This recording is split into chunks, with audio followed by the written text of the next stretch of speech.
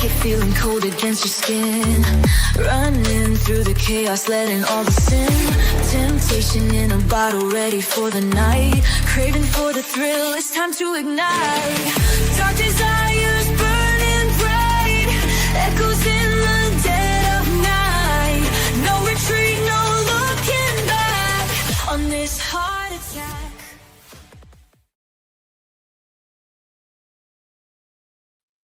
Hey, how are you all today? Good to be back. Good to be back. Great to be here. Hope the replay was better yesterday. That's what I'm hoping. I'm just hoping it looked better. Hold on.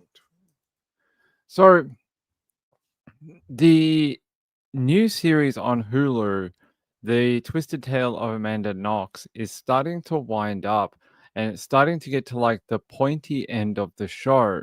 So I wanted to see what everyone thought about it because now everyone's had a chance to watch it and talk about it. There is very strange stuff going on, so I'll explain it to you in a second. Hold on. And then we'll talk about some other cases too, but I wanted to go through this. Hey guys, good to see you. Oh, the colorization today is really bad. Hold on. What is going on with my camera? Here we go. There we go. That's better. There's some strange things going on with this particular TV show. So I want to catch everyone up. I'm sure everyone knows about this particular case, but maybe some people don't. On November 1st, 2007, British student Meredith Kercher was found murdered in her apartment in Italy. Her throat had been slashed and she had been SA'd. The apartment was shared with Amanda Knox and some other roommates, and the people who discovered the crime scene were Amanda Knox and Raphael, her boyfriend. They saying here in my notes, early in the investigation, police questioned and arrested Knox, Amanda, Raphael, and Patrick Lumumba, but he was Knox's boss of a local bar. She worked at this bar for a period of time. During this arrest and interview with Amanda Knox, there was a confession. Later, it was claimed that it was coerced, and she implicated herself and her boss, Lumumba, and it came out later that her boss had an alibi for that night, so it couldn't possibly be him. Amanda Knox has maintained over the years that her confession was because the authorities had basically pinned her down for several days, several hours, interviewed her nonstop in Italian, which she was not fluent in, and basically made her sign and pushed her to confess for the crimes. And then here, in 2009, she had her first trial. Knox and Raffaello were tried together. The prosecution argued they killed Kircher during a drug-fueled essay. So they're saying they killed her in a sex game gone wrong. Key evidence, including a kitchen knife with alleged DNA traces of both the accused, and a bra clasp that had Raffaello's DNA on it. At this particular trial, they were both convicted. They appealed 2 years later in 2011. Those convictions from 2009 were overturned. The court appointed forensic experts, and they found that the key DNA evidence from the first trial was unreliable and likely contaminated due to poor police procedure. At this point, Knox was released and returned to the United States. In 2014, they had a retrial, and in the retrial, they were reconvicted, sentenced to 28.5 years and 25 years, respectively. So Knox got 28.5, Raffaello got 25 years. Knox did not return to Italy for this particular trial. And in 2015, they were acquitted by the Italian Supreme Court of Cassation, the highest court. They were definitively exonerated for the murder charges. A court ruling stated there was a lack of evidence to prove they committed the crime. The only person who remains convicted of Meredith's death is Rudy. He was what some people say is the sole murderer. Depending on how you look at this, he broke into the apartment, attacked Meredith, essayed her, and fled. So he actually fled the country too after the murder of Meredith. Why I want to talk to you about this? Because it has been what year? 2009 when all this happened, right? All the things I just told you took place from 2009 to 2015. Rudy is the only person who's I think he's now free if I remember correctly. He was the only one held responsible. But it is 2025. This new show is on TV, and there are still people chasing Amanda Knox through the internet, saying that uh, she's guilty, she is a bad word for female, a lot of different things, and I'll show you what I mean. I'll show you. So, if you go to the new Hulu show and you search it in Google, if I bring this up, if it'll pop up on our screens. Here. I'm trying to find where I found it before. Here. So you still have people that are, I'm not going to give out their names, but I'll just show you what they're writing under this show. Now, this show is done in association with Amanda Knox. She is actually involved in the production of it. So it is mostly her side of events, is what is the way I would tell you about it. It would be from her point of view. All right, where is it? Here, let me show you this. Okay. Here. So you see people like this writing these type of reviews for the show. If you want something truthful, read the case files. If you want a fantasy of a murderer pretending to be innocent, watch this. They say, Amanda, if this was an honest accounting of the story, why not include how you sent Patrick Lumumba to jail, can't spell the guy's name right, and made him lose his business with your false accusation? They do actually show that in the show. So this person hasn't watched it. And they said, no, the interrogators did not become physical with you, as your defense lawyer admitted. Also, come clean about the exact timeline of events based on your and Raphael's phone records. Why was your phone turned off starting 10 p.m. on the night of the murder? Why did you ring Meredith's phone just for a few seconds when you found a break in at your cottage and your door locked? Why did you not leave a message or ask her to call you back? Why did Rudy have no DNA in the room where he supposedly broke in? And why was there nothing missing in the room, but it appeared to have been ransacked? Not only is most of this not correct, Rudy's DNA is in the house. He took a poop in the toilet and left it there. So they had his DNA. There was also blood within the home. Guys, give me a sec.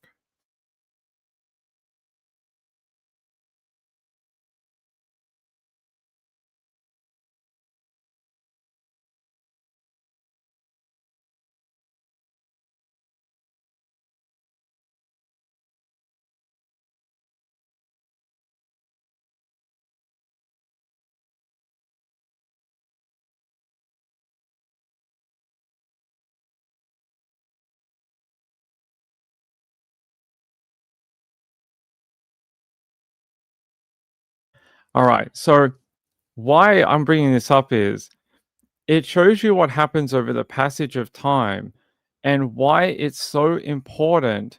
The early stages of these true crime cases, why it's so important, these facts, like things that are, you know, what we say, what we actually say to you guys on YouTube, how things are reported in the media, how the storyline is given to the public, because it shows you, what is it? 2009 is 2025.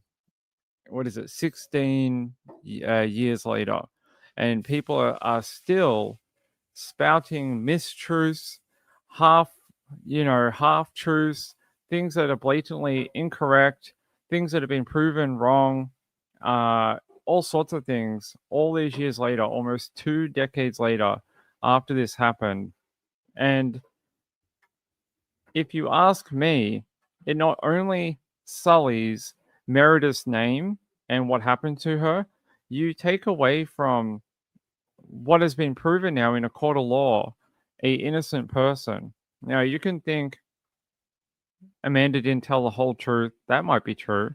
I would probably believe you. I don't think anyone who gets up in a courtroom ever tells the whole truth because it's not in their best interest to do so. It never is. Um, Especially in this type of case. But to blatantly just write these strange things under the TV show that are easily disproven, I just don't understand what the aim of it is. What is the aim of continuing to write these type of rumors? And I don't know, like, you're basically perpetrating the cycle of, um, you know, yeah, rumors and half truths getting on the internet. And it's a huge problem in true crime, massive problem. There's cases that date back 10 years ago, and things that happened earlier on through the investigation, they become fact. They're not really facts, but they get retold so many times, and people put on message boards or Reddit or Twitter, anywhere they can, saying all this stuff as if it's a verified thing, and it's not. This is how we get really bad amounts of misinformation within true crime. So I wanted to show that to you because I think I think we deal with it a lot within true crime, and that's why I try to on this channel tell you what I can, the truth. If that's within the court, I try and bring you exactly what I heard, exactly what was said in the courtroom. And I don't like to sort of speculate because it adds to this type of thing. Someone will find my video 10 years from now, say that whatever I said was the truth because I have some credibility, and it'll keep going. The cycle will continue of people spouting this nonsense for years.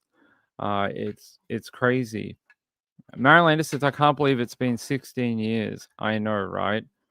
Carolina says, someone's making money is what it is. I mean, yes, someone is making money, I'm sure. Rachel said, I think sometimes people refuse to see new facts when they are proven during a case and stick to an old narrative. Definitely. I mean, a lot of this stuff came out very early on in the investigation, and I think it's been proven that the Italian prosecutor was a man hell bent on labeling Amanda Knox as Foxy Knoxy and trying to disparage her. And she's this type of she's this, sexual, I don't even know what the word would be, but someone who takes advantage of Italian boys, and this evil American who came over and seduced Raffaello. And he had history in other trials where he had this real hookup about sex and murders and uh, group sex and stuff like that. He had some sort of like moral issue with it, and constantly thought he was finding crimes where it was involved those topics, even when it was later proven it had nothing to do with it. So uh, I wanted to show you that because it really shocked me that so many years later it's still being repeated as if it is a fact, and it's crazy what happens. Mimi said, and nothing happens here in the US when they do lie on the stand. That is true. I agree. So I want to know, even if you think she is guilty, even if you think she didn't tell the truth, I want to know, where does it stop? Do you think that even if you do you believe that court of law? It went to the highest court in Italy. Are they stupid? Are they Do they not have more information than you do?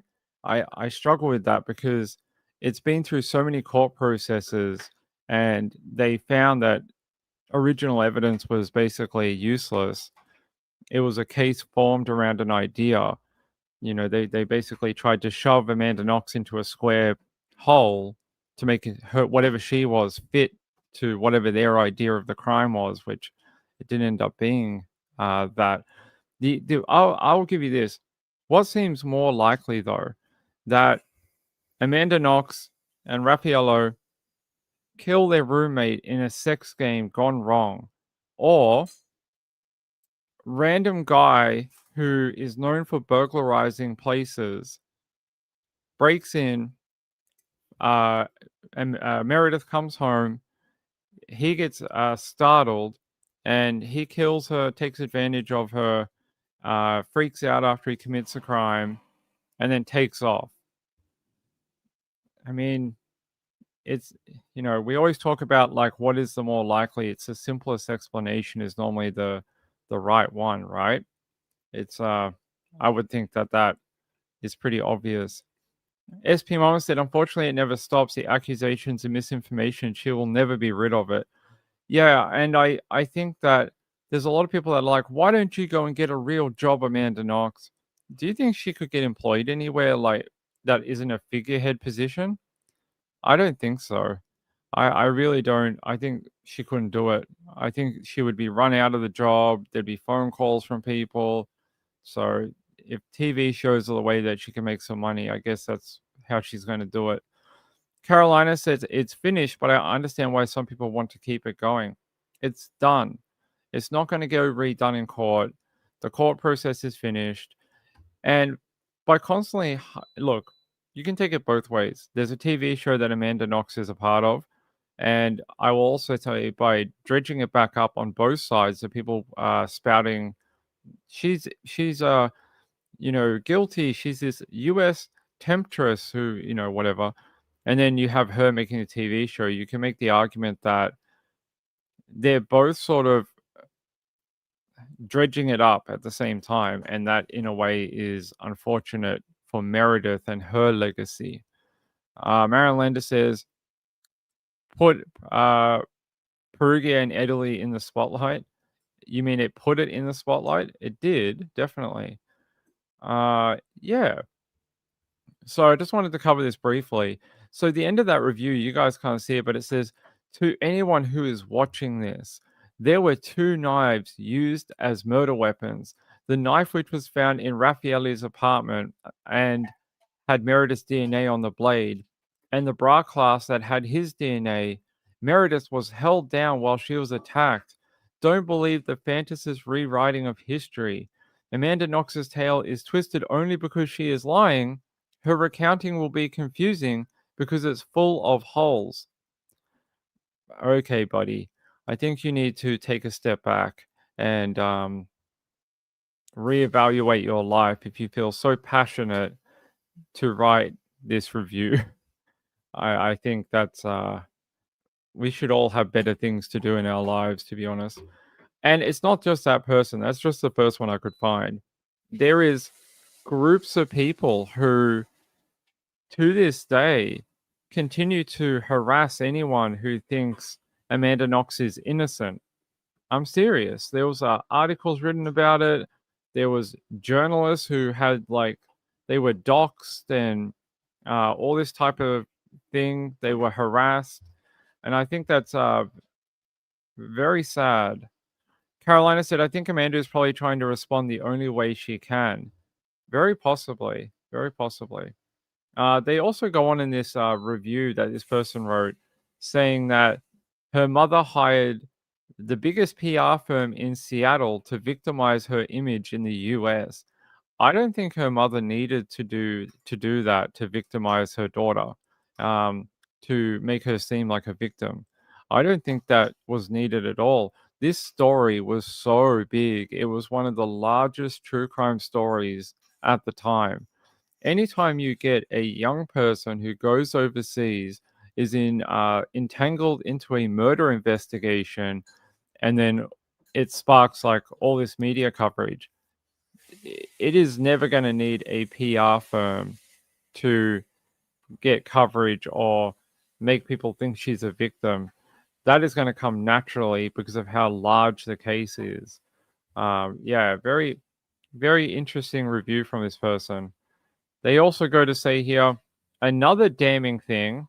Why didn't you show yourself in the series waiting outside Conad the early morning after so you could buy bleach and cleaning supplies when you told everyone you woke up at 10 a.m. that morning? You were supposed to meet with Raffaelli's family at 9 a.m. that morning. Don't you remember? You probably didn't know that his father called him up that morning wondering where you guys were. Okay. Here. Early morning after you would put your clean supplies.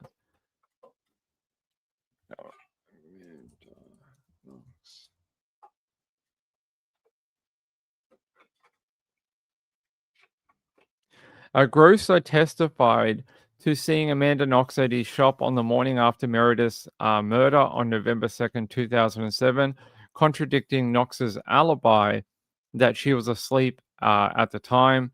While a receipt for cleaning supplies was found in Raffaello's house, it was found a week after the murders, and the grocer's testimony of seeing Knox at his shop came a year later. The prosecution argued that this implied Knox was buying bleach to clean the murder scene and weapon, which they believe was the knife found in Raffaello's apartment. But this was one piece of disputed evidence in the long legal process. Yeah, so the fact that this person didn't testify until a year after the murder, and then they're saying that here.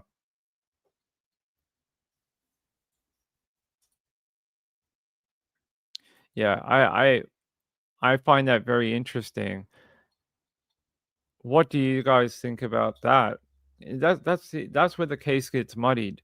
It's no real evidence. There's no specific sort of smoking gun with this. It's just like a shop owner who thinks he saw Amanda. Could have been on that day after the murder. I mean, there you go. Carolina said, I think Amanda is probably trying. Yeah, I agree with you. All right. So there you go. I just wanted to at least research part of their statement and show you what it says. I mean, I don't know. I just wanted I just wanted to show you that this is sort of how things perpetrate or percolate through true crime over the years. There's some people that believe forever that she is guilty. There's some people who will never believe, even the highest court in Italy, that the evidence didn't match up. The DNA evidence was uh, contaminated. It wasn't tested properly. It, you know, the list goes on and on. But the Italian Supreme Court overturned the conviction and acquitted Knox after she'd already served 4 years. And then they were retried, they were sentenced again, and then it was moved up to the highest court, and they were acquitted. So the only thing Amanda Knox ever got done on was the falsely accusing Patrick Lumumba, and that was upheld. That she, well, because it's the truth, she did falsely accuse Patrick of being part of the crime. Let me see.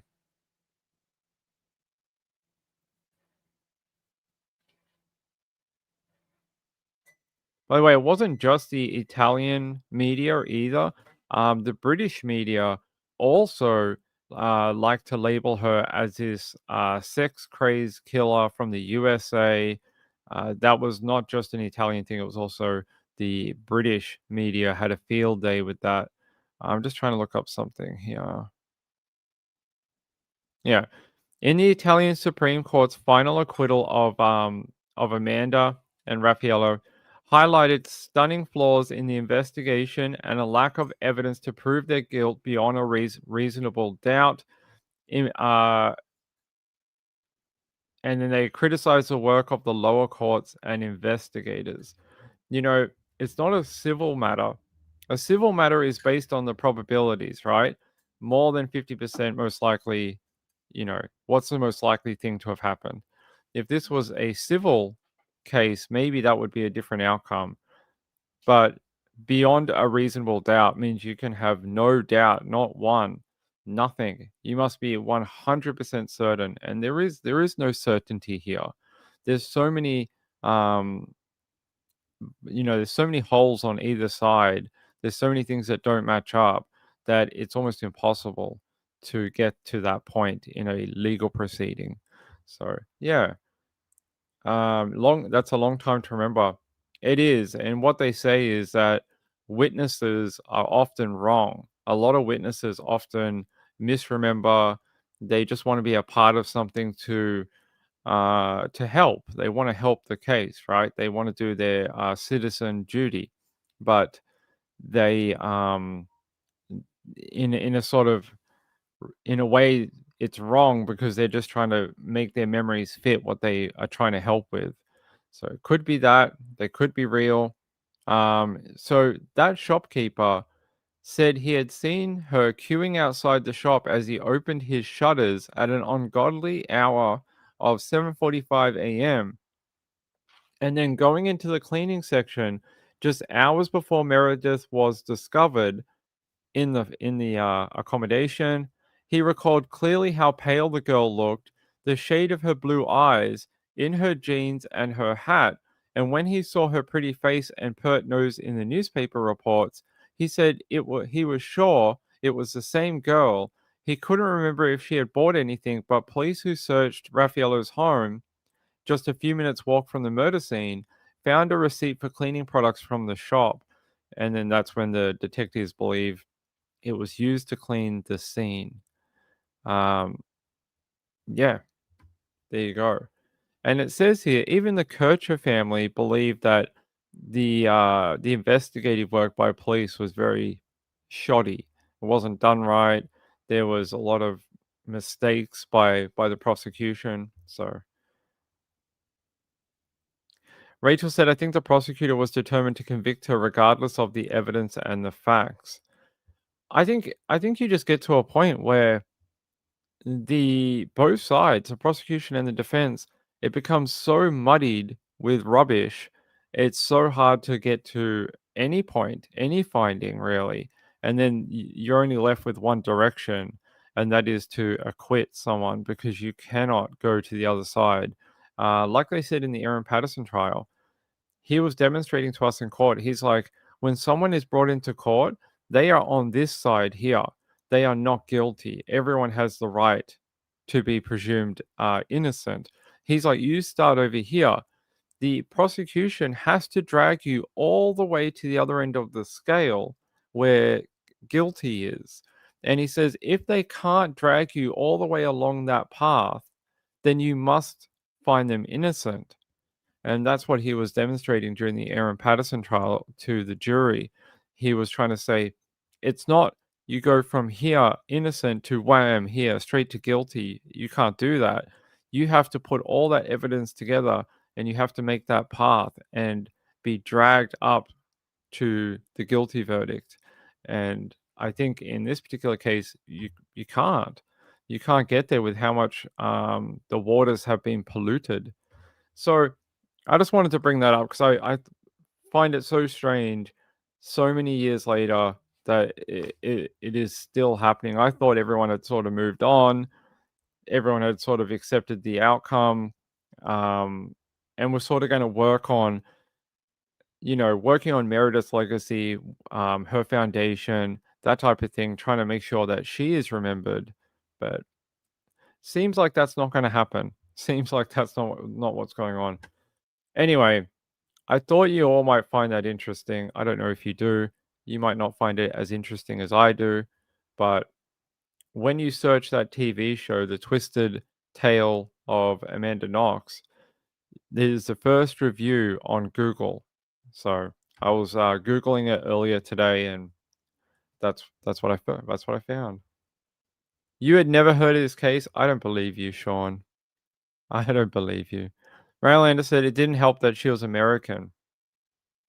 Look, we've all heard that rumor that, so I'm Australian, a lot of you are American. You would have heard that, like when you go overseas, you'd hear, oh, we have a bad reputation overseas. Like Australians have a bad reputation as being very rowdy. They drink a lot. They're very noisy. I'm sure Americans also have heard that same thing about their perception overseas, that they're dumb Americans, that they don't, they've never heard of anything outside of their country before. And if it doesn't come with cheese, then they're not interested, which is highly offensive. But that's sort of the perception that I'm sure you guys get over there.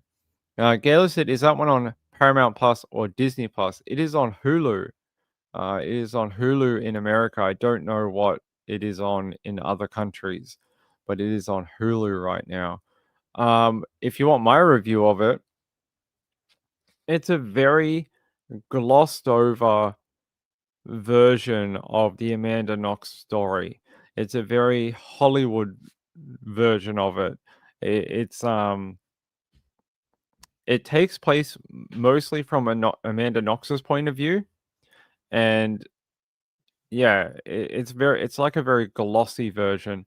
I think the better thing to watch is there's a better documentary if you wanna learn about the case, there's a better documentary if I can find it.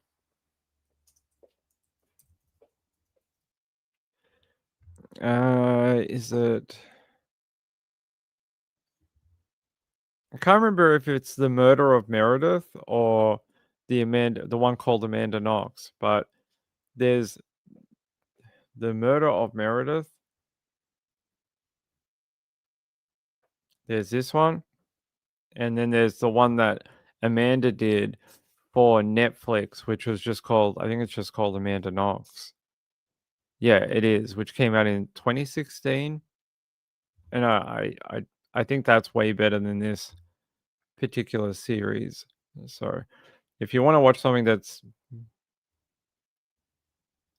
different, you can watch these 2. That one was on Netflix, this one was on Amazon. So, there you go. Oh, it's on Disney Plus? Okay. So there you go. There's that. You know, one of the things that fascinates Ping is how things are, throughout time in true crime, how things evolve and then they're said like a few times early on. And then we get to the, 10, 20 years later, and people keep relaying things as facts as if they are 100%, that there is no doubt in them. And I think it's a big problem with true crime in general, not just Amanda Knox. Okay, there you go. There's my rant for this evening about true crime stuff. All right. I want to take you out to what happened earlier today because it mimics what happened in Australia a few weeks ago. A few weeks ago, we had a police shooting in Victoria, here where I live. And today, in York County, Pennsylvania, there was a terrible shooting, and it was similar circumstances. So the one in Australia was the police were serving a warrant on a property, and they were shot when they tried to get into the trailer, tried to talk to the guy. They tried to hop through a window, and then they were shot and killed. Now that guy is still on the run. The manhunt continues for Desi Freeman. Now, today in Pennsylvania, uh, 3 police were killed, 5 were shot. So you got a lot of these officers who were just trying to do their job and they were killed. 5 officers shot, 3 killed in York County, and they're saying officials have not released the name of anyone involved in the Wednesday shooting right now, but that officers were serving a warrant related to a domestic incident that happened on Tuesday. So here, I'm going to bring you an update from WGAL here, and we're going to play this little press conference from a few hours ago.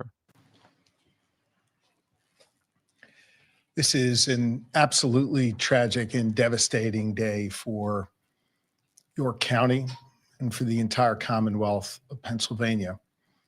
We grieve for the loss of life for 3 precious souls who served this county, served this Commonwealth, and served this country.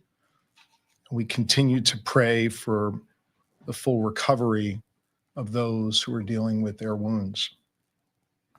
This, of course, is on the heels of just a few months ago when we lost another York County son, Officer Duarte, who again gave his life in the line of service. I had the opportunity with the Lieutenant Governor and with Senator Phillips Hill, Representative Grove, and your 3 county commissioners to spend some time with the families of those who have been impacted by this violence today. I think it's important for you to know that these families who are dealing with their grieving right now and their suffering right now took time to tell us how proud they are of their loved ones who put on a uniform to keep us safe. It's an extraordinary thing that these law enforcement families do. They support the individual who puts on the uniform and runs toward danger. They're there for them when they leave in the morning, and they pray throughout the day that they will come home at night. So I hope as this community comes together, as I know it knows how to do, and prays, that we think not just about those who wear the uniform, but those who stand behind and next to those who wear the uniform every day.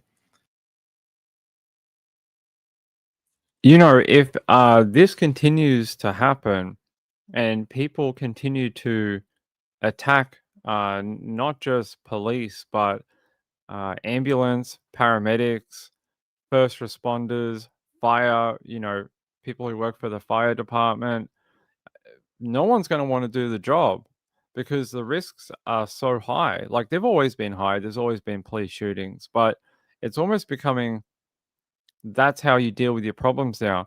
Don't want to go to jail? I'll just shoot them. Want to, sort of end it? Well, I'll shoot them and then I'll shoot myself or let them shoot me, death by cop. And it's sort of becoming the trend is when someone finds themselves in a very deep hole, they're just like, oh, well, I'm just going to take everyone with me.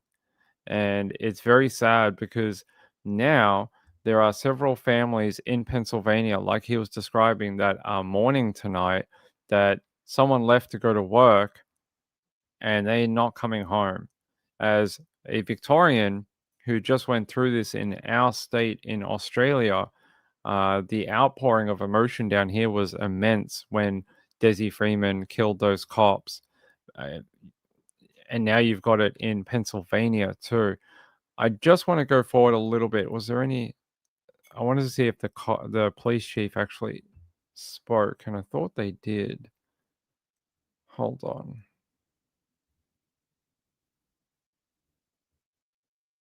Here.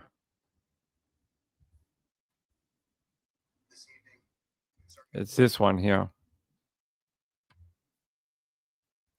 A critical incident that has rocked the community here in York County this afternoon. The incident occurred in Caduras Township, York County. I'd like to preemptively say that there are many details which at this point we are not prepared to release given the ongoing nature of the investigation. That having been said, we would like to advise the community that there is no current active threat. The situation today involved law enforcement officers who were shot. I can confirm that the shooter is dead. I can confirm that there were 5 law enforcement officers who were shot today. 3 fatally, 2 that were transported here to Wellspan in York. They are currently listed in critical but stable condition. The District Attorney of York County, who is no stranger to this community, or in collaborating with the Pennsylvania State Police, Tim Barker, I've spoken to him. The Pennsylvania State Police has been asked to convene a major case team to conduct the lead in this investigation with the assistance and in collaboration and in partnership with the York County District Attorney. I can assure you that all of the resources of the Pennsylvania State Police are being brought to bear. There is still very much an active scene at Codurus Township, York County. Later this evening, the District Attorney will have more information to release. I can tell you that the Pennsylvania State Police have taken over calls for service for the Northern York Regional Police Department, and we will continue to do so to support our partners. I can tell you that I've spoken to the special agent in charge of the FBI out of Philadelphia, our municipal partners and county partners here in York County, and we've received multiple offers of assistance from our fellow state partners to include New Jersey and York. But we have a very large investigative scene. In being here today with our law enforcement family for the second time in 2025, I'd just like to say on a very personal note, our hearts and prayers go out to them, to the Yeah, definitely. The hearts and prayers go out to the officers' families. It must be a very hard day for them. SP1 said he looks like he's wearing body armor. Yeah, I don't blame him either after what happened in the last week. Woman of Steel said, has Freeman been captured yet? No, he has not. No. By the way, Lisa, thank you very much for the super chat. I appreciate it. Sorry about YouTube. Yeah, it doesn't seem to be getting much better, unfortunately, but I appreciate the people who have been trying to support the channel. It's very kind of you. I had one more from, I had 2 more, one more yesterday? One more from yesterday. It was my friend Kathy, and I appreciate it. Thank you very much. Kathy and Lisa, both 2 people who are great supporters of the channel. Here.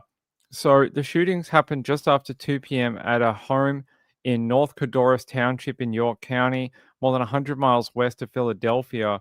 Officials said officers were following up on a domestic investigation from the day before when shots were fired at them from the house. 3 police officers and the suspect were killed in the shooting. 2 other officers were hospitalized in critical condition. Brutal, really brutal. And they're saying here, officials haven't yet identified the suspect. But apparently a person told Fox 29 that police were looking for a man at the home where a widow and her 4 children lived. The woman and children weren't home at the time of the shooting.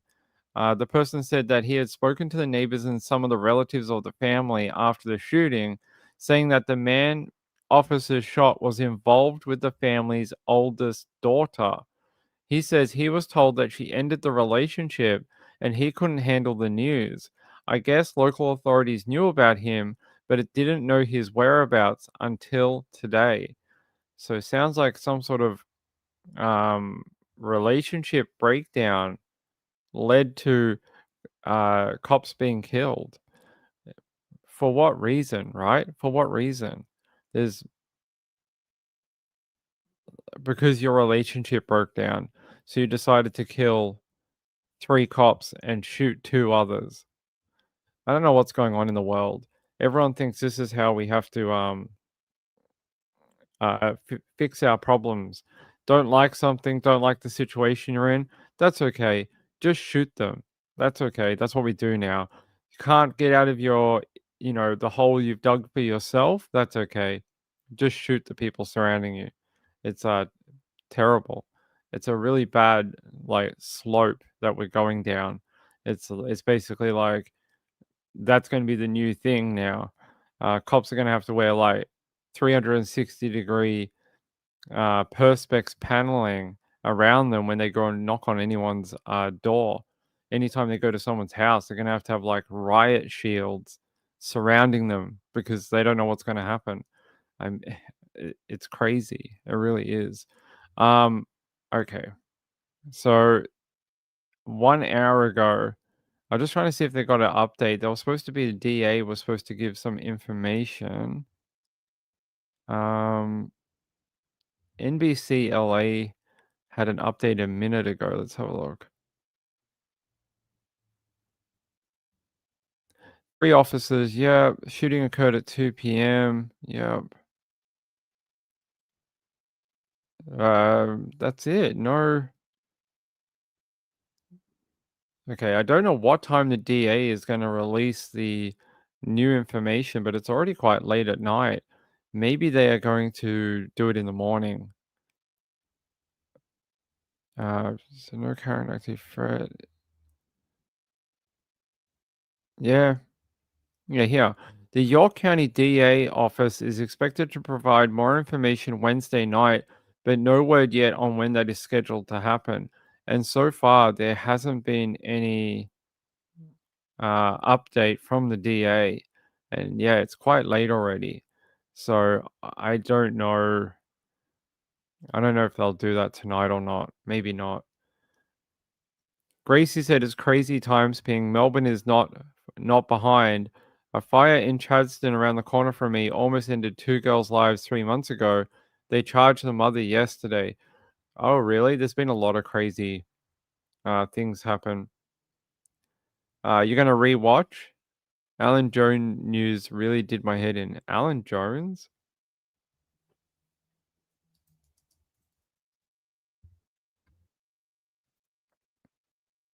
Oh, of course they did. Of course they did. I didn't see this, but of course they freaking did. Of course they did. So Alan Jones was actually charged with indecent assault. He's like, if you don't know who he is, in Australia, he's a very big, or was one of the kings of radio.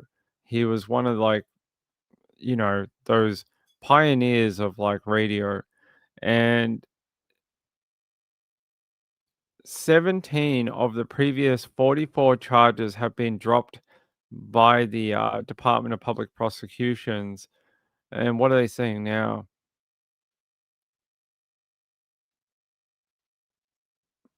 There are no charges relating to the suggested aggravated indecent assault.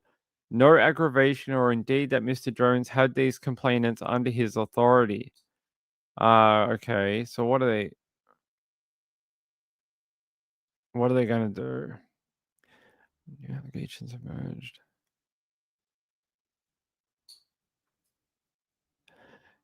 Okay. So it sounds like they're going to be returned to court on 11th of November, and a trial has been set for 2026 on the remaining charges.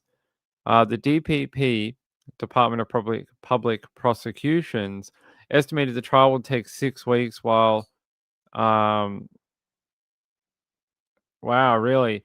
They all Wrench suggested the hearings could take up to 5 months. They said, "We're not set up to deal with a 3-month trial," the magistrate said, later adding the case was a massive drain on already stretched resources. In a statement, the DPP confirmed it made a decision to proceed with 27 charges of indecent assault and sexual touching against Alan Jones, and that the charges would proceed in the local court. The 84-year-old Jones was originally charged with committing a range of offences in various places across New South Wales between 2001 and 2019. So yeah, about almost half the charges have now been dropped from that particular court case. And I'm guessing it's probably because, yeah, they said could take 5 months for the hearings to be to be done. That's crazy.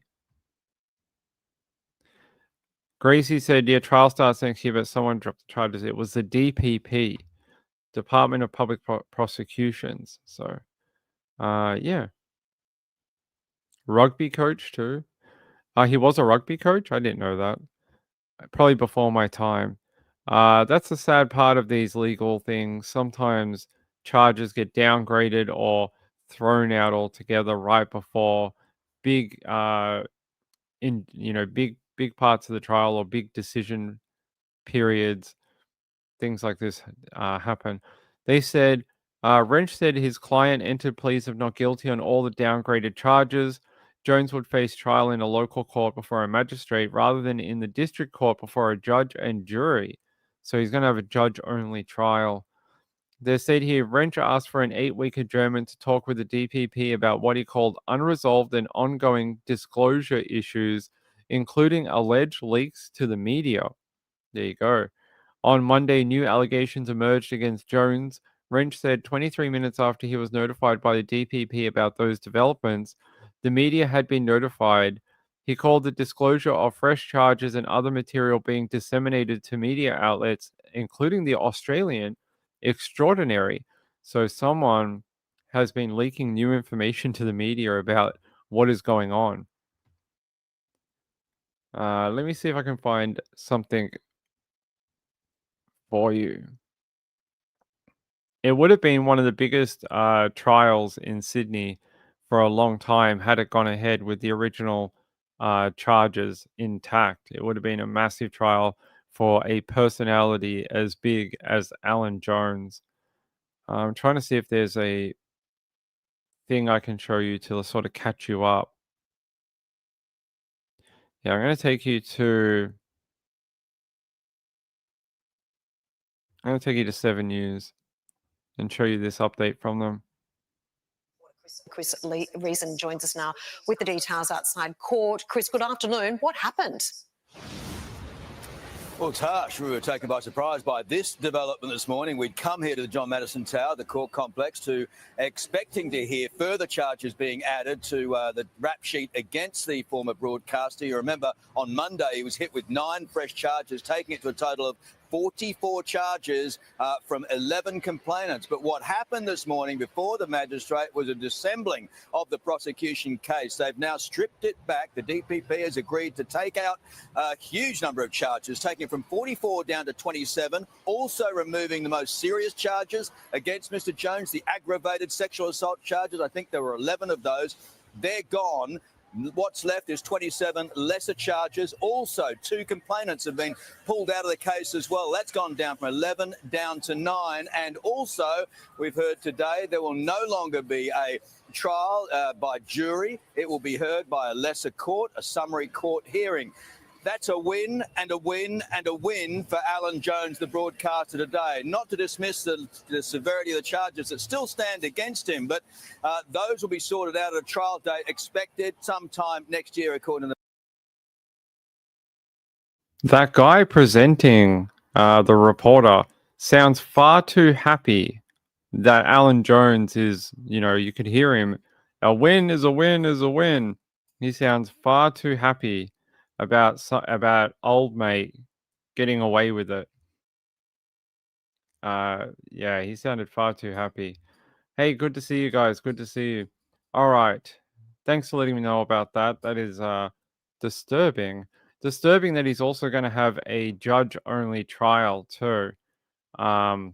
We'll keep an eye on that one. I might do more on that next year when it does get to the courthouse. So I brought you a story the other week about a body being found inside of a car in California. Well, there's an update. There's a new update, and it makes this case even stranger. I don't think it could get weirder than it already has, but it's become even more odd. They're saying now that the girl found inside the car had been missing for a long period of time and was considered a missing person. And now that she's popped up inside of this car, deceased, is really strange. All right, I'm going to play you the update, then I'll tell you more. And now some breaking news on a major story that we've been following. We have just learned the identity of a teen found dead inside of the trunk of a Tesla registered to the singer David. Investigators now say that the victim, Celeste Rivas, reported as a runaway last year, had not been seen since. Eyewitness News reporter Sophie Flay live now in the Hollywood Hills where the car was abandoned. Sophie. Mark, a devastating discovery. And that singer David has been performing on tour throughout this investigation. Law enforcement told us previously that he was cooperating. And in fact, David was supposed to perform tonight in Seattle, but it appears that that show has since been canceled.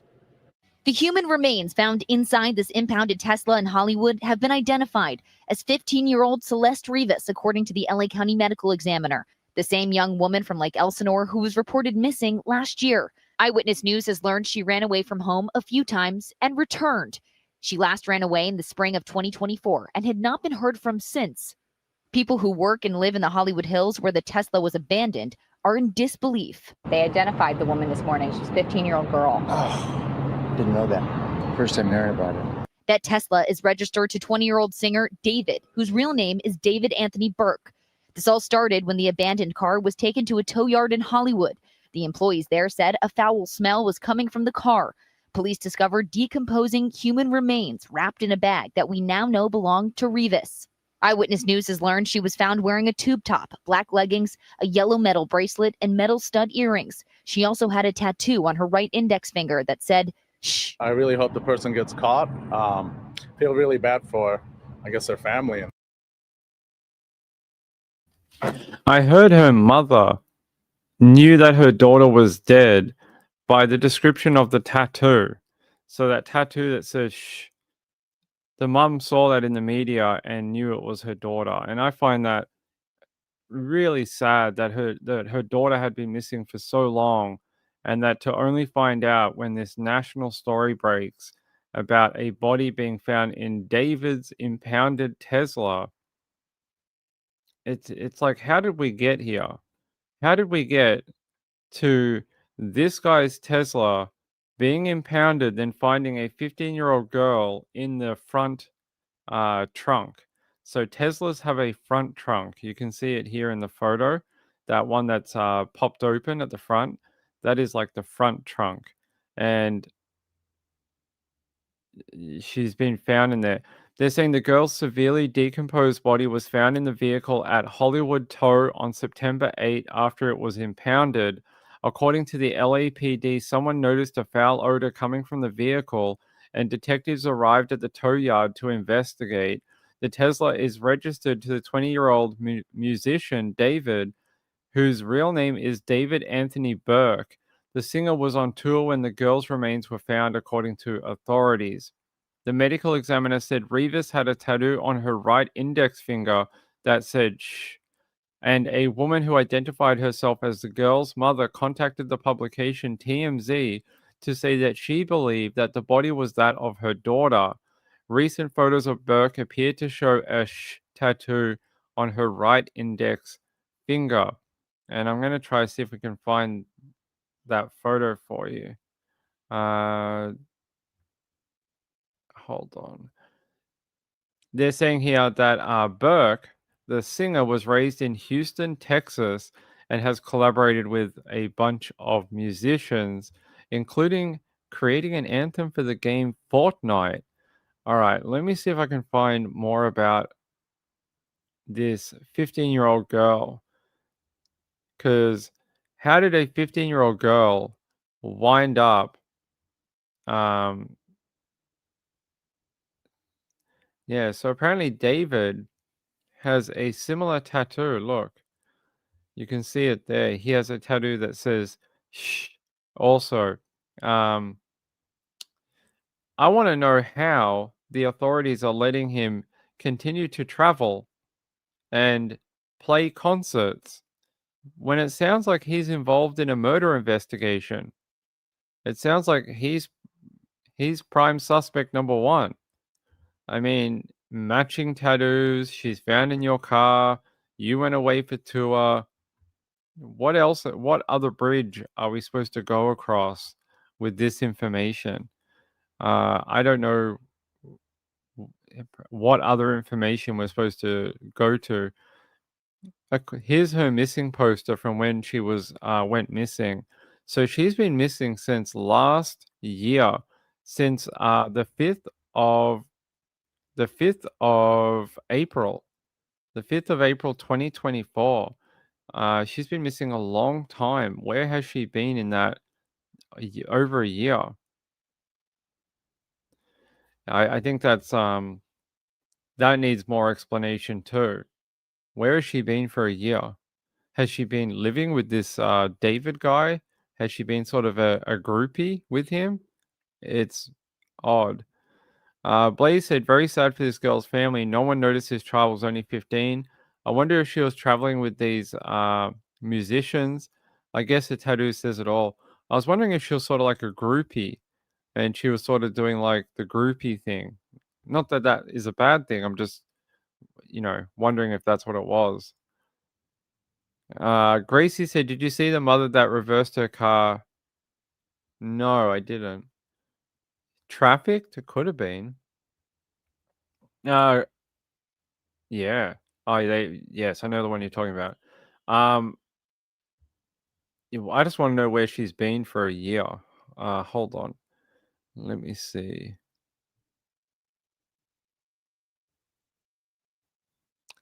They said here, when TMZ spoke with Celeste's mum last week, she told the publication about her daughter's tattoo, adding it was in red ink.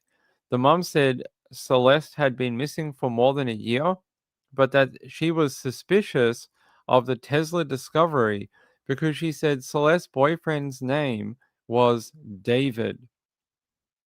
Oh, really? Really? So her boyfriend is David too. Here's a photo with the tattoo that she has. Sorry, my voice is going. They say the tattoo is not unique. Rihanna popularized it when she put the tattoo on her right index finger back in 2008.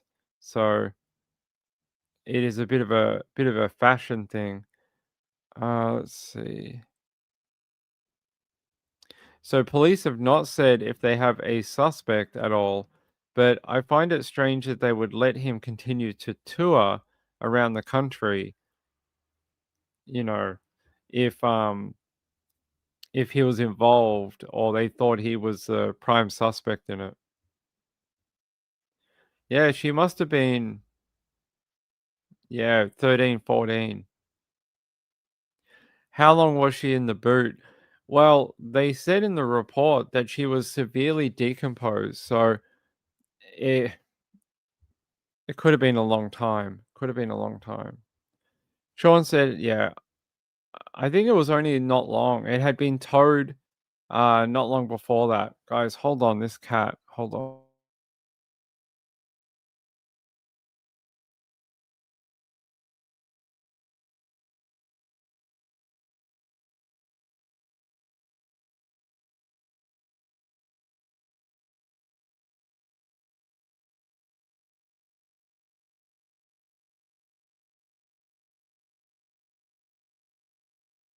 Sorry about that. He's sitting right on my stomach. I guess I'm not on the finger, up on the finger right. I know. Gail said, I'm sure it was impounded. Yeah, it wasn't long. It's not like it's been there for like 10 weeks, but they said the car was abandoned. What does that mean? I don't know. So she was found in the vehicle on September 8th. That's when she was found. Let's see. When was the car repoed? Let me see if I can find when it was repoed or towed.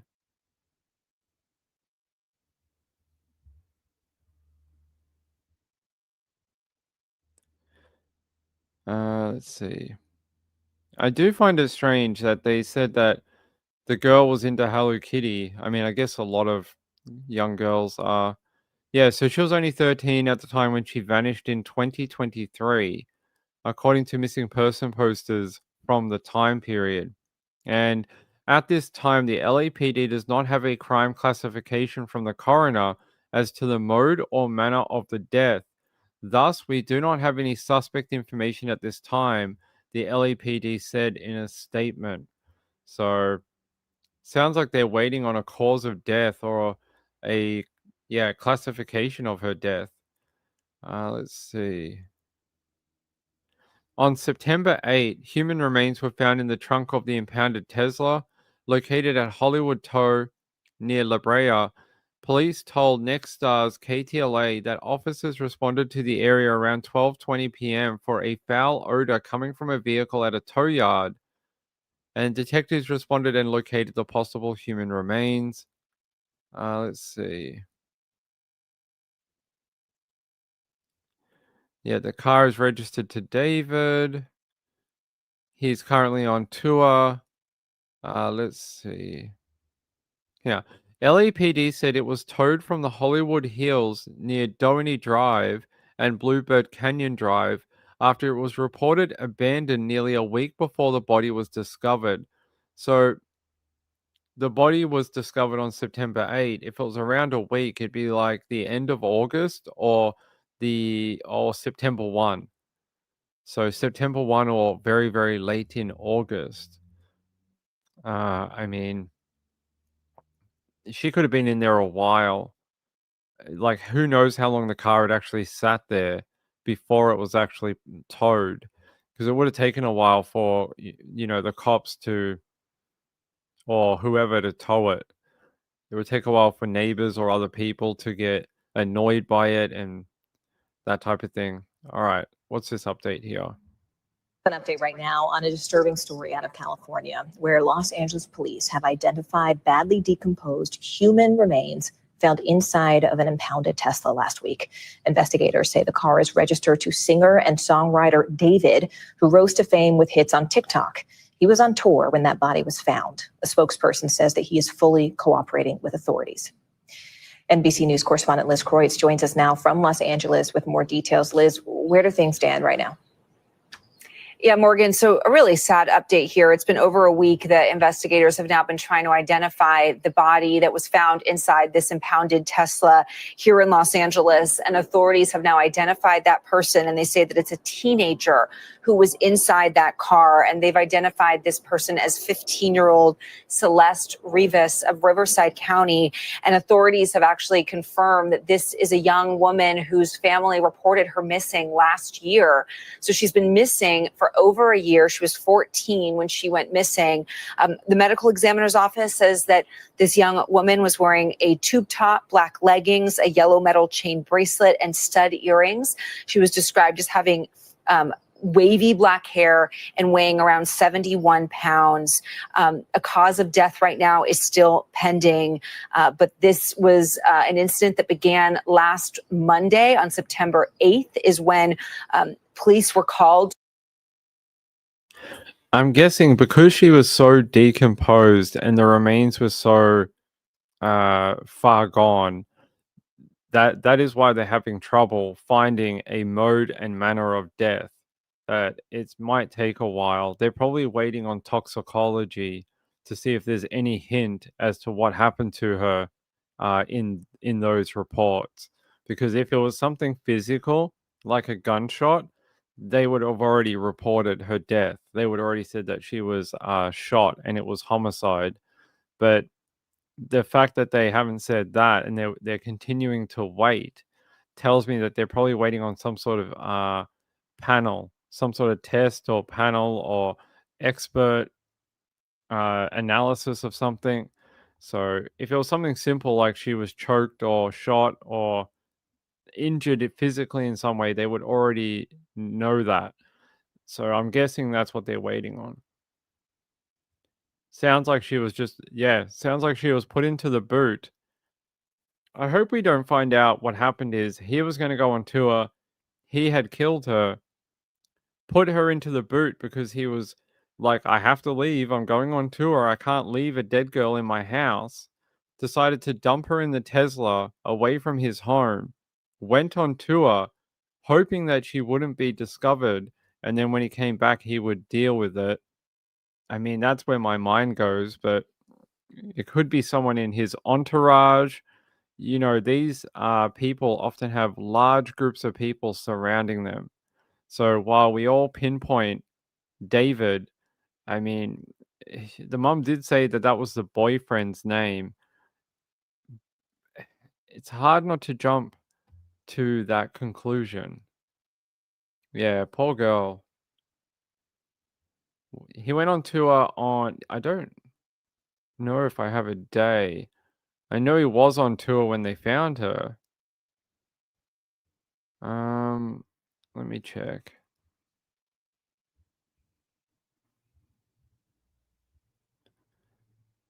I don't have a date for when he went on tour. Hold on. Yeah, let's have a look. David tour start date.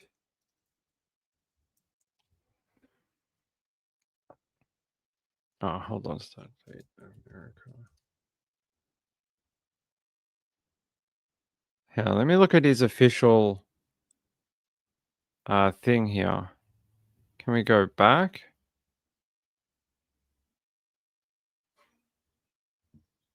It's showing me October.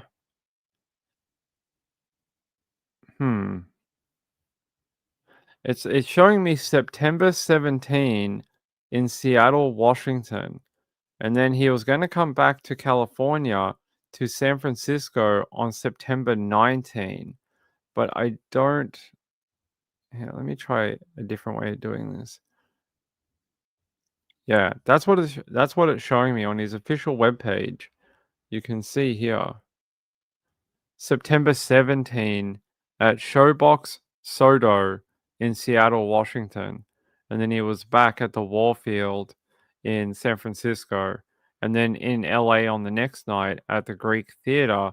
And then on October 1st, actually, that one in LA is happening, and same with this one, is happening this weekend. So these ones were all in the last few days. It doesn't give me any for before that, unfortunately. Let me try David.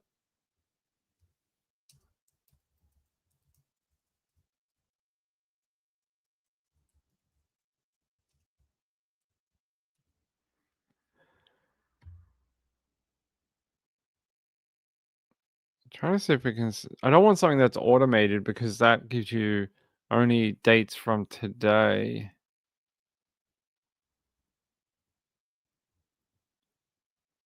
Let's see.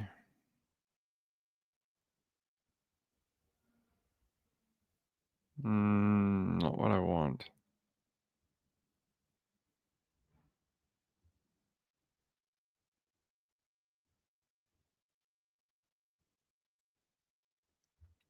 Sorry, I don't want to give you dead air. Okay, here, there's an image. Tour dates. Here.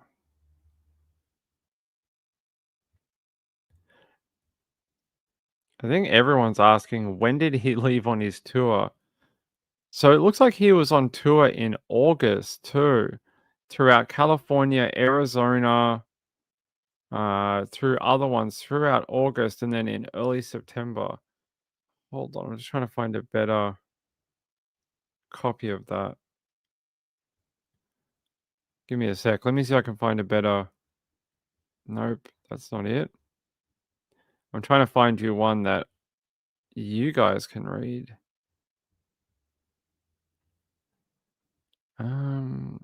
This one.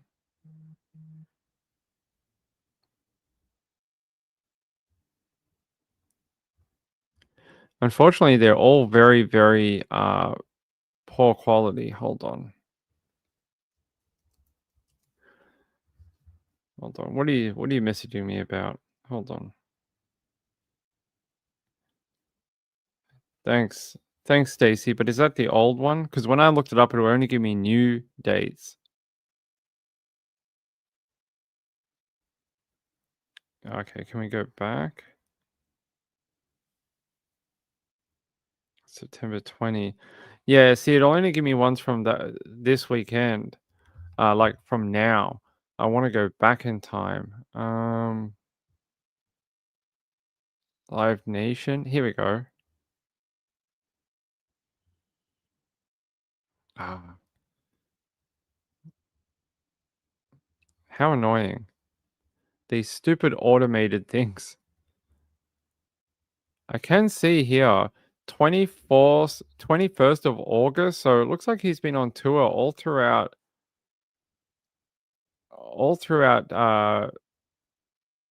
yeah, North America. Yeah, open this.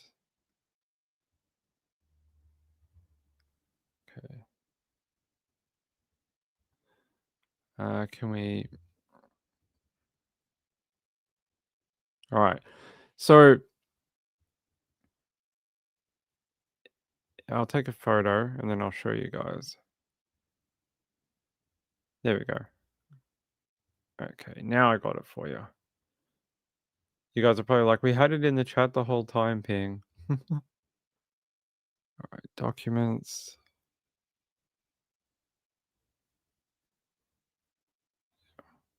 So it was on his Instagram.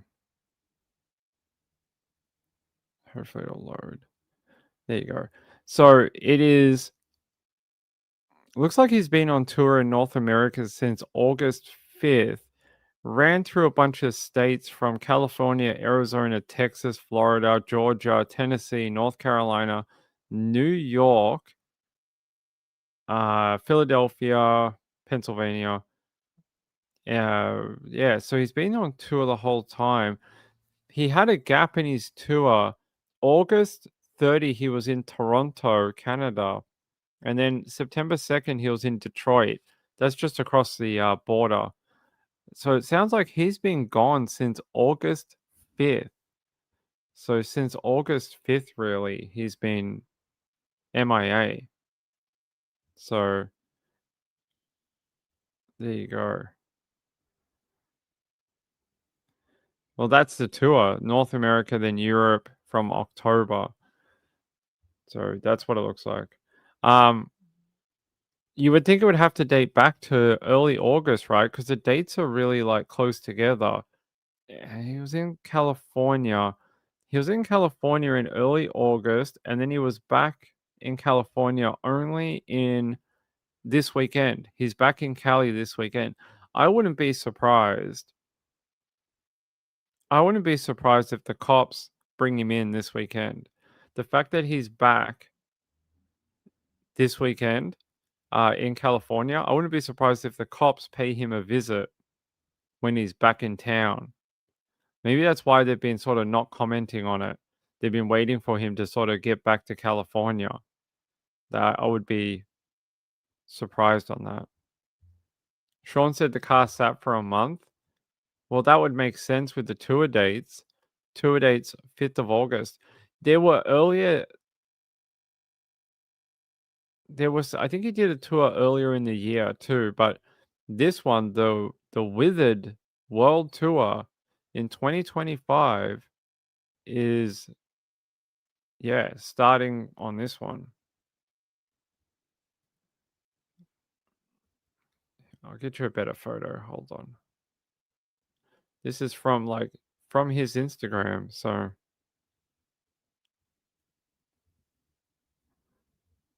there we go.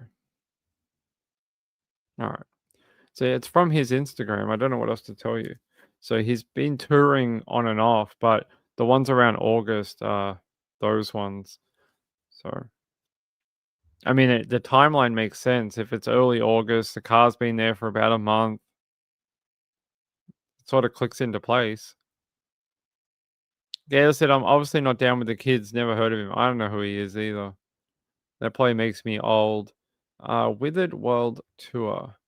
Let's see what else we can find out about this Withered World Tour. Let's see.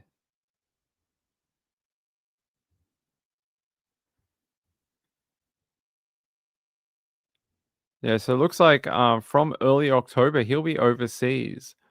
I would, yeah, I still wonder if the cops are going to pick him up this weekend if he is involved. Not saying he is, but if there is some investigative avenues there that they want to look at, this being his first time back in California on tour, I would think if they wanted to do something, it would have to be now, because early October he's off. He's off to Europe, and he's going to be over in Europe for a number of months. So we'll see what happens this weekend. Inside for One said it'll be interesting to find out how long she's been deceased. Well, they said heavily decomposed. How long that is in the middle of summer in California? Is it a month? Is it a week? Is it 3 months? It's hard to know. You'd have to be a death investigator to know. Let's see.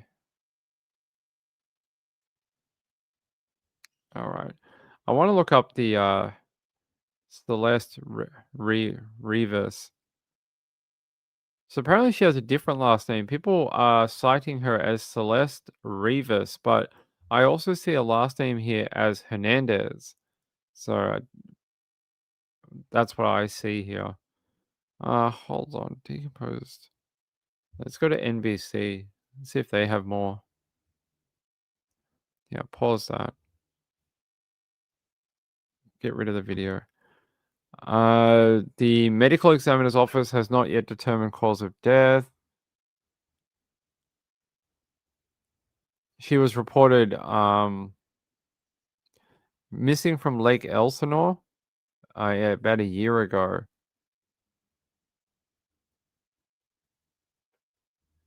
Oh, that's interesting. In a follow-up statement, the sheriff's office later clarified that the LAPD is the lead agency on the case and the main point of contact. It also apologized for initially calling the investigation a homicide. There you go. That sounds like a slip of the tongue.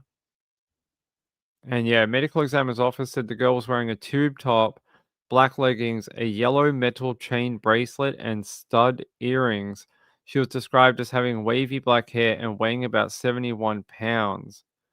The vehicle was impounded after a person reported that it was abandoned. So it was probably there for a while for someone to notice it and be like, hey, no one's moving this car. What the hell's going on? All right, let me check one more source of information.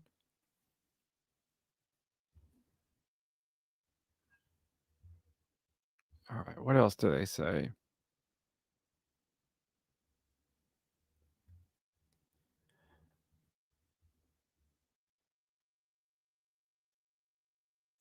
Okay. They say cops have been working vigorously to identify the victim's identity ever since the body parts were found last week inside the Tesla. Yeah, that's the other thing. Didn't we hear early on in the investigation that it's not a full set of remains? That it's only like a torso and a head? Did I dream that? I'm pretty sure when they first... Hold on.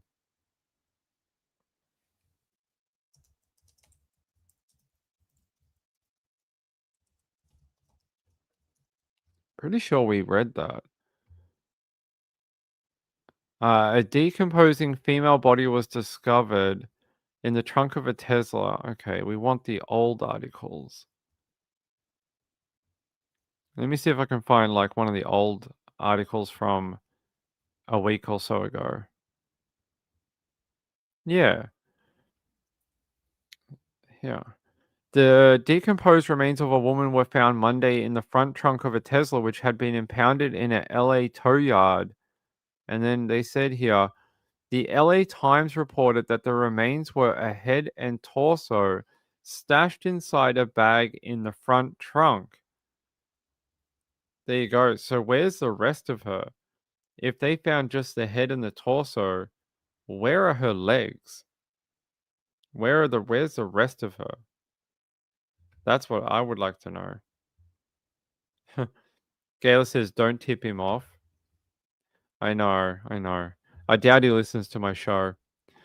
All right, let's see.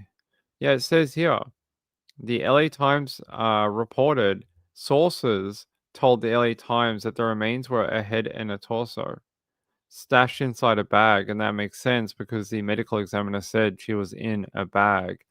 So there are still body parts outstanding from her, unfortunately, which haven't turned up.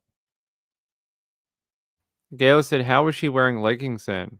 I don't know. Let me see if they quote their source or not. This is the source that they quoted.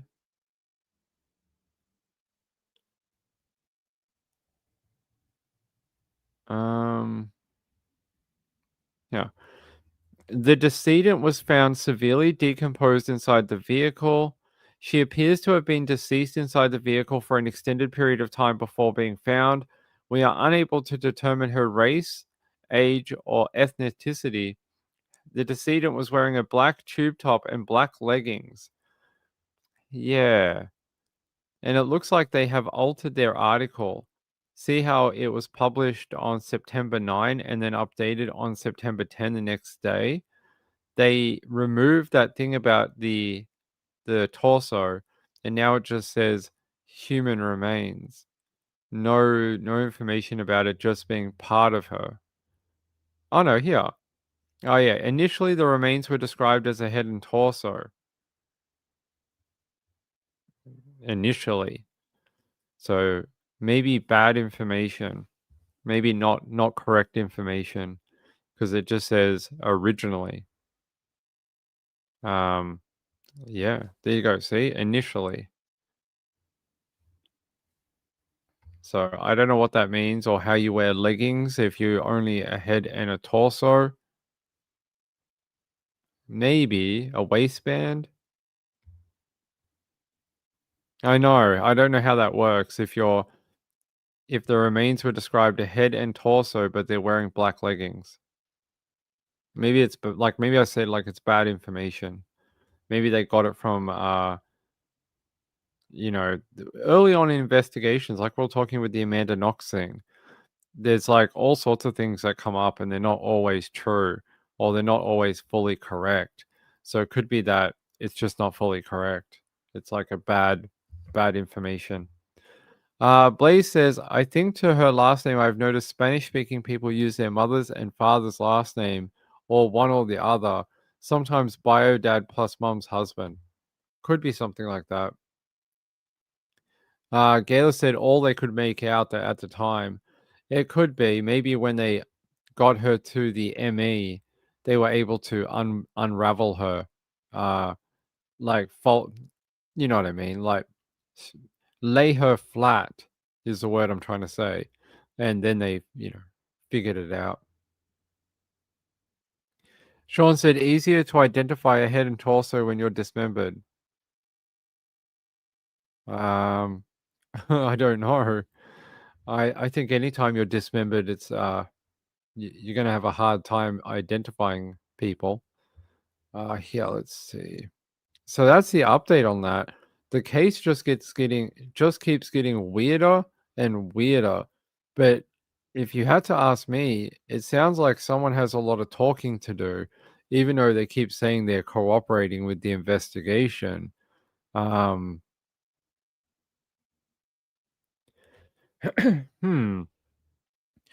cause of death, according to the ME, has been deferred. So that means they're still investigating.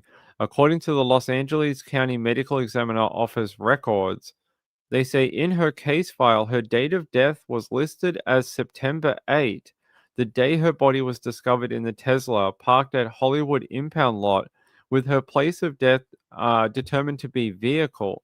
That can't be right. That can't be correct. The Riverside County Sheriff's Office said that Rivas has been identified as a juvenile who was reported missing 68 miles southeast of LA a year ago. They said at this time investigators do not have a crime classification from the coroner. Okay, so we're gonna have to wait. I do like this bit though, where the cops said we do not have any suspect information at this time because they do not have a crime classification from the coroner. I think that is that's cops playing word games. I think in a couple of days we're going to get more information. Sean said no who she was, but identify parts of the body. I don't know. Sean said, I'm seeing the head and torso and closing the bag up for others to look. Yeah, I mean, that maybe maybe that's what they did. They just opened it and were like, "Oh, this is too much for me. I'm gonna call the cops or whatever." Or the cop was like, "Let's just call the medical examiner." Like they just open it, find that it's human remains, and then call the ME. So they didn't really get a good look at it. I get what you're saying. That could have been what happened. All right. All right. I think that's it. I think that's it. That's sorry, not sorry. So you're sorry, not sorry. Gail said, after the smell, I'm not opening the bag. The fact that someone could smell it outside of the car brings me cause for concern about how long she may have been there or in that vehicle. It sounds like it was a while. Yeah, sounds like it was quite a while. Her mum identified her. Yes, we read that before, that her mum knew the tattoo, and sadly, she was correct that it was her daughter, which is awful, really awful. Gail said a dog walker kept going to the car. Yeah, I saw that video. I think we played it on the channel a week ago, where that guy says that his dog kept going up to the vehicle because it smelled weird. So seems like people were sort of they sort of knew what was going on. All right, I want to finish the show with this. I want to make it a bit more lighthearted. We've talked about some very serious topics tonight. All right, this video popped up in the Daily Mail today, and I want you to know, I want your opinions on it, okay? So, this woman is sitting in an aircraft. She has one child on her lap, a small child, and then next to her is another child, and the man in front of her reclines his seat. See, there's the video. He's playing with toys.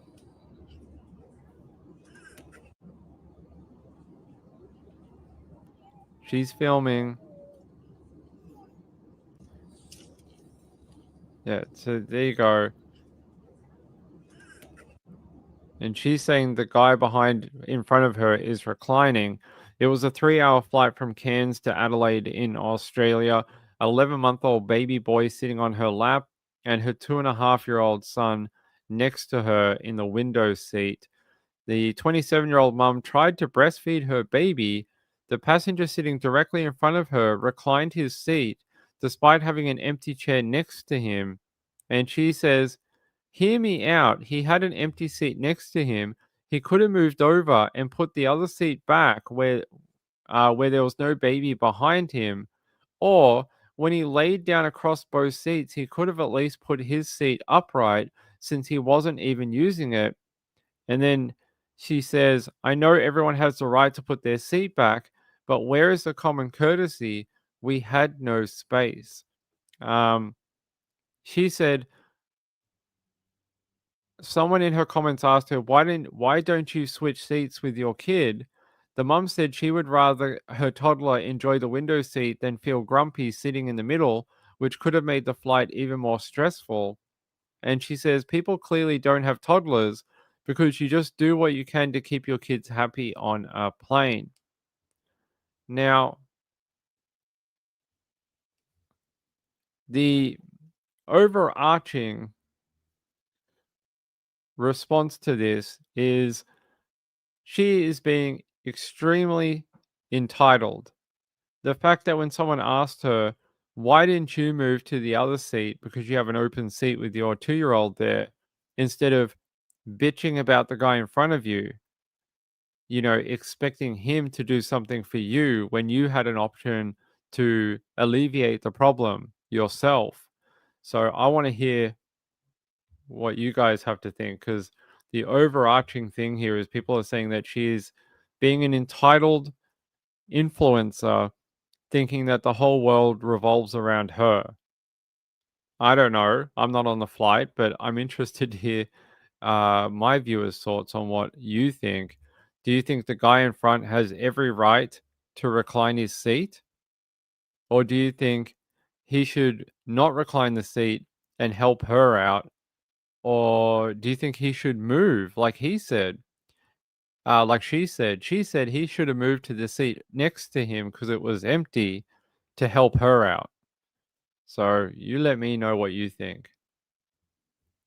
Sean said, I dose my kids up before the flight. Blaze said, I have gone through similar. I would book the front seat so I only had people behind me. Oh, like the emergency one? That's a good idea. I don't know. Some airlines won't let you have children in the emergency aisle, but if you can do that, that is a good idea.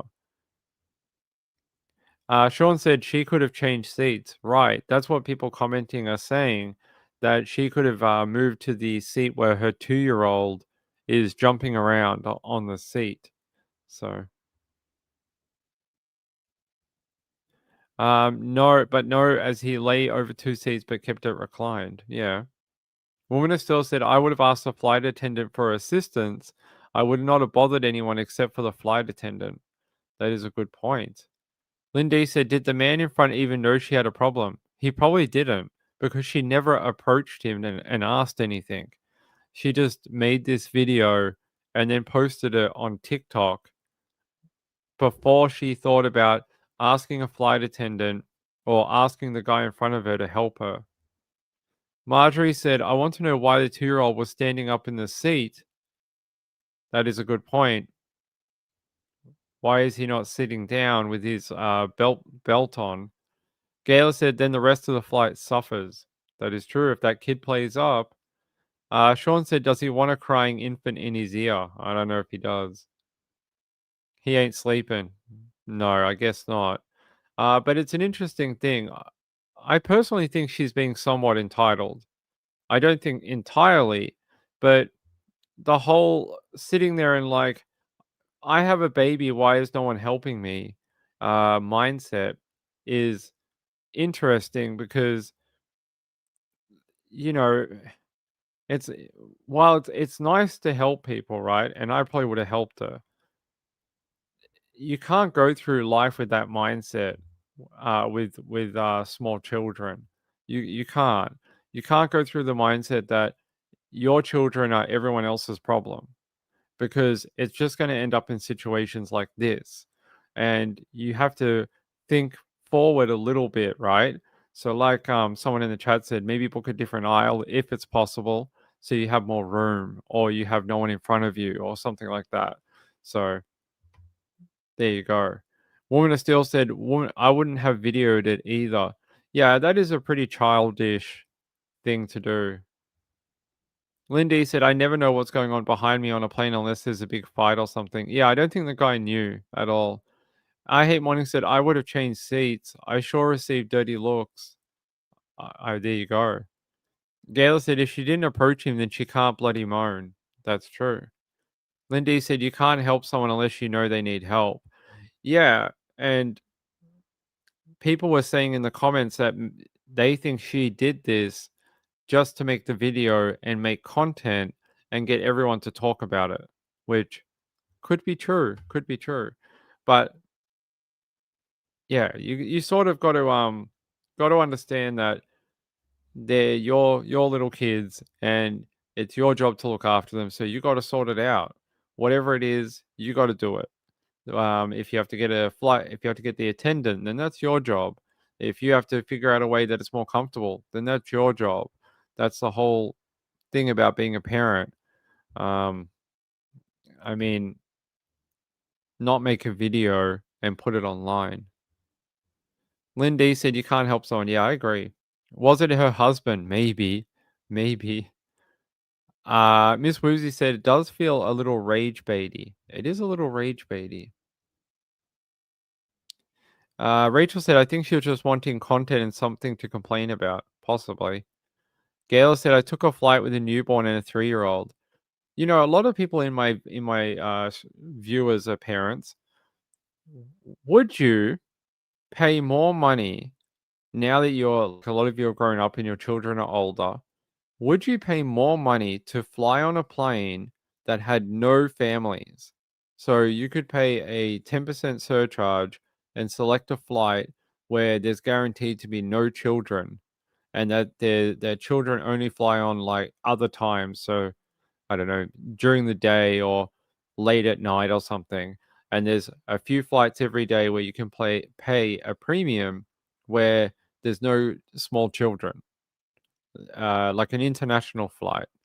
Let me know, because they have been talking about that for a few years, about doing that, where they would either have family flights where you have to have children to book a seat on the flight, or premium flights where there are no small children on the flight at all. So I would be interested to know how many of you would actually pay for that service or not. Sean said, taking kids on a plane is one of the hardest things to deal with. Everyone stares at you when they cry. The kids have ear issues with decompression also. Yeah, little children don't understand the ear popping thing, and for them it hurts. So I understand that. Sean said, I had a 4-year-old and 2-year-old and a newborn. That would have been fun. Gail said, I'm not bothered, but if it's only a small amount, like extra 50 pounds, then possibly. There you go. Blaze says, how can you lay your seat down without asking? What if the person behind is drinking a cocktail, then he just laid back on someone's drink, on someone's food? No, when they recline, I think the what do you call it? Now I've got a mental blank. The thing that comes down, I think that moves too. So I don't think it'll hit anything. It just moves the whole thing back a bit. Rachel said, I agree. I would have pumped too easier at the airport. There you go. Maybe pre-doing the milk would have been a cool idea. Gayla said, that's why I breastfed on the flight. I often like to breastfeed myself on the flight too. The tray, right, the tray. I Hate Morning says, my kids were a year apart. People expected them to cry and fuss. They didn't because I booked during a nap or bedtime. That's very clever. That's a good way of doing it. Woman of Steel said, you have to prep for all the little things that might come up. You know, I like the mums who do those little gift bags for people on the flight. And they're like, I know my kids are brats. They cry a lot. But here's some candy and some earplugs. I like that idea. The mum who did that was very clever. Sean said the tray table, it does slide a little. Yeah. And Gayla said, no baby crying. It helps their ears, but mine were great on the flight. There you go. All right. Let's get out of here for the night. Let's get out of here. Miss Woozy said, some of my funniest moments on flights have been because of children, so I would not pay extra. There you go. Gail said that lady was so nice. Yes, she was. Okay, I'm going to get out of here. It is late at night. I hope you had fun discussing all these things tonight. Hopefully, I think this weekend we're going to get an update on David. I just have a sneaking suspicion that that's what's going to happen. It helps with the air pressure on their ears. Okay. Marjorie said, we got gifts from the flight crew because our kids were so good. I like that idea. That is, the kids would love it. All right, we're going to get out of here. I'll be back tomorrow. In a couple of weeks, we're going to try get back to some earlier shows, like 8 o'clock Eastern. At the moment, it's too hard to do with all the appointments and things like that. But in a few weeks, that'll slow down a little bit, and we should be able to get some sort of like 8 o'clock, 9:30, 9 p.m., something like that, so more people can be a part of it. So I'll be back tomorrow. What are we going to do tomorrow? I don't know. I don't know. I'll find something and I'll keep you updated on Crimes of the World with Ping. Until then, until tomorrow, I want to thank Lisa. I also want to thank Sean and Carla. Thank you very much. And for last night, Kathy as well. I appreciate it. By the way, there is no update to that thing we were talking about last night. According to a press release that came out from YouTube, they're not going to change anything. Apparently, they're saying that this is how it's meant to be. So hold on. YouTube. Now, I'll show you very quickly before I end the show. But they said here that you should you should focus on creating high quality content and optimizing your channel by identifying trending topics in your niche. That's what they want you to do. And that's how they want you to deal with the new algorithm changes. So thanks, YouTube. We appreciate it. We appreciate it. Yeah. Yeah, I'll show you the update very quickly. It was on here. Yeah, hi creators. We know seeing your view count drop is frustrating. Yeah, it is. Especially when you can't pinpoint the cause. We've seen a lot of speculation that there is a connection between view counts and features like restricted mode. And they said they want to clear things up, that it's not restricted mode. They said we also want to state plainly that we are not using AI to automatically enable restricted mode for viewers. That's got to do with the 18 plus thing, like in the UK, and coming soon to Australia. And they said, what could be the cause of some creators' drop in views? They said, when we get reports like these, our first step is to check any technical issues or bugs. And they said, our deep dive into many areas confirmed that our viewership systems are working correctly. They said, there are many reasons that individual channels may see their views fluctuate. There is no systemic issue that is impacting creators.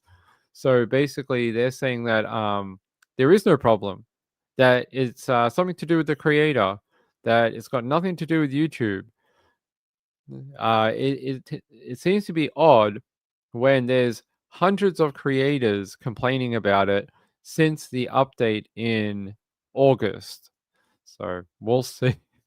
Apparently, it's a skill issue. Apparently, it's a creator skill issue. We're not doing our jobs good enough. Apparently, that's what it is. Even though we've been here for years and had the same type of, stuff and views and likes and all that. Apparently, it's us, not them. Okay. I'll see you tomorrow. I love you all. If you want to help me out with this problem, I would appreciate it. You can click that thumbs up and hit that subscribe button, which would really help ping out, and it'll help alleviate some of this eventually. So I love you all. Have a great night. Thanks to the people who support the show. Means a lot. And we'll be back tomorrow. I hope the show's been looking nice and crisp. We've been working on the camera overnight. So last night after we got off the show, we went through and calibrated the camera again, and it does look a lot better today. So I'm happy that's working. No audio issues recently. All good news on that front. All right. Good night, everyone. Bye.